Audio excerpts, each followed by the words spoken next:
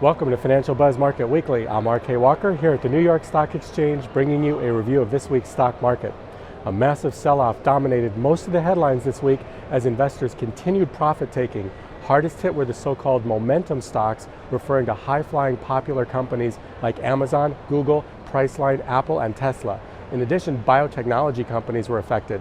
Analysts don't seem to think that this is the end of the bull market, but rather an adjustment back to stocks with lower prices and better value. On Wednesday, the Federal Reserve released minutes of their March 19th meeting. Policymakers agreed to drop the unemployment target as a condition for raising rates.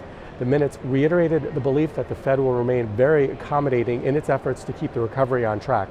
On Thursday, jobless claims for the week ending April 5th were released at 300,000, a massive 32,000 drop from the prior week.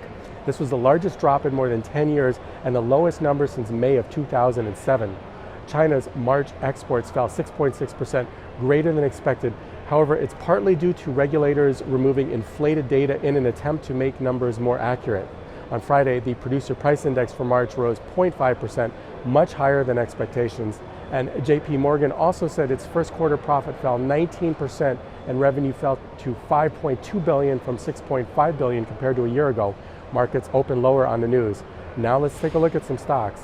Alcoa kicked off earnings season on Tuesday when the company released their first quarter earnings after the bell and was able to beat analyst projections. Alcoa reported an adjusted net income of $98 million or 9 cents per share. The company also forecast a recovery for aluminum, anticipating demand to rise in specific sectors. Alcoa's stock opened strongly on the news. Rite Aid Corporation announced their fourth quarter financials Thursday morning and surged at the open as the numbers topped projections. Shares rose to their highest levels in over 10 years after the company also provided a better than expected forecast for the year. The company reported that revenue increased 2.2% to $6.57 billion, barely beating estimates of $6.54 billion, while same-store sales jumped 2.1% and pharmacy sales jumped 3.5%. Bed Bath & Beyond caught a lot of eyes as the stock moved near its 52-week low after announcing a disappointing first quarter forecast, which was below analyst estimates.